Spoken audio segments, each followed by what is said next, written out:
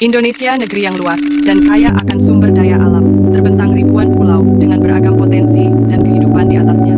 Namun di balik keindahan itu, tersimpan satu persoalan yang terus berulang, persoalan tentang tanah, sumber masalah bagi banyak pihak. Maka dari itu, kami mencoba menelusuri lebih dalam, bagaimana sebenarnya sengketa tanah terjadi.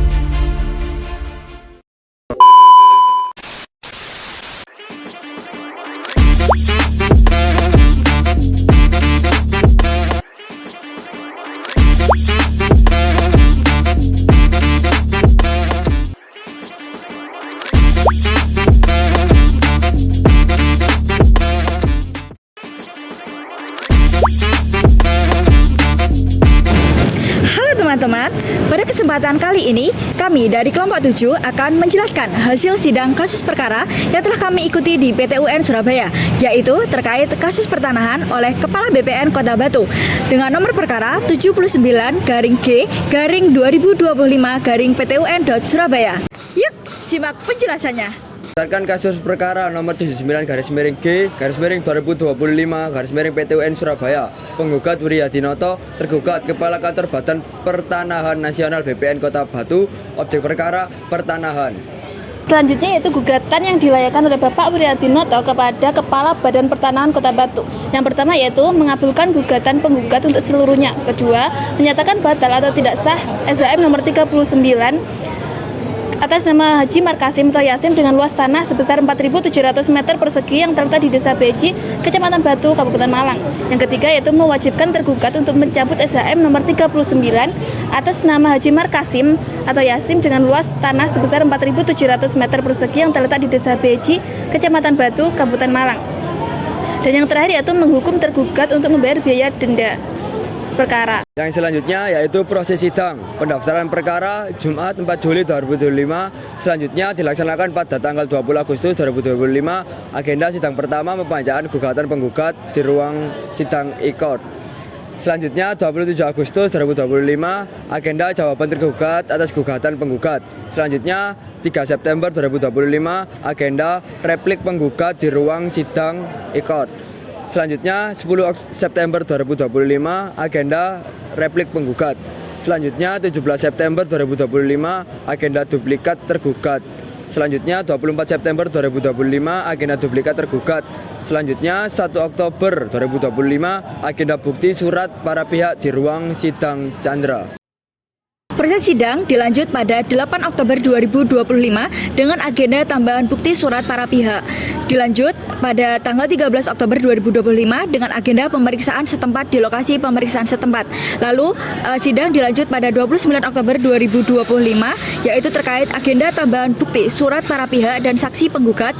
Dan sidang terakhir yang kami ikuti yaitu pada tanggal 5 November 2025 dengan agenda tambahan bukti surat dan saksi.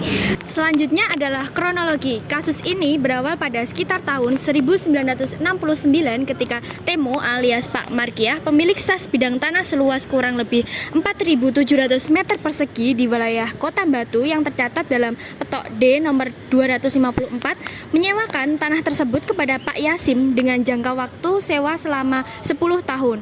Nah, setelah masa sewa berakhir sekitar tahun 1979 sampai 1980, tanah tersebut tidak dikembalikan kepada pemiliknya, tetapi pihak penyewa justru mengklaim telah membeli tanah itu, namun tidak dapat menunjukkan bukti jual beli yang sah seperti akta jual beli ataupun dokumen kepemilikan yang resmi.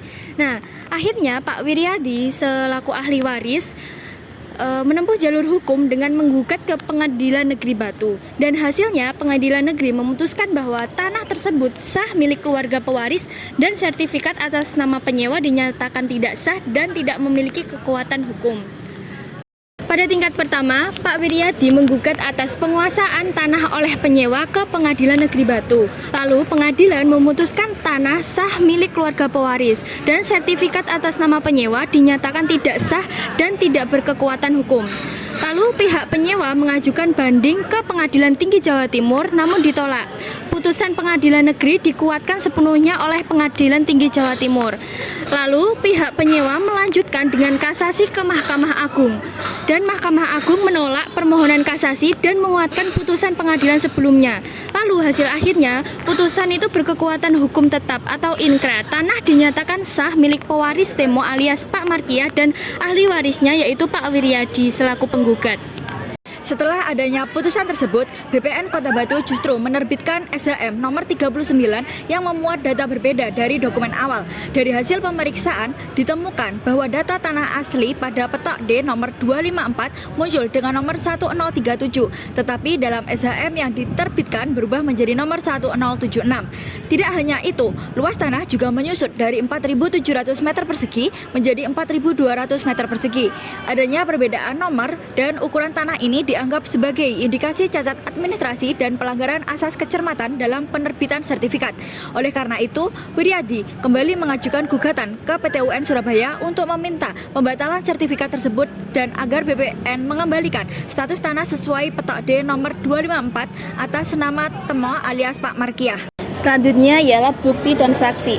Saksi yang dihadirkan oleh pihak penggugat yaitu Bapak Wiryadi Noto ialah warga sekitar yang mengetahui dan memahami tentang status kepemilikan tanah sehingga nantinya saksi yang dihadirkan sudah berumur lanjut. Sedangkan untuk bukti, pihak penggugat memberikan putusan pengadilan negeri dan putusan kasasi yang sudah inkrah serta keterangan dari pihak BPN yang dibawa sumpah jikalau tidak ditemukan proses jual beli tanah. Nah, perlu diketahui juga bahwa bukti dan saksi yang kami ketahui hanya dari pihak penggugat, sedangkan untuk pihak tergugat mereka menolak untuk diwawancarai. Cukup sekian pemaparan hasil sidang kasus perkara yang telah kami ikuti di PT UN Surabaya. Ada kurang lebihnya, kelompok kami mohon maaf. Terima kasih dan sampai jumpa.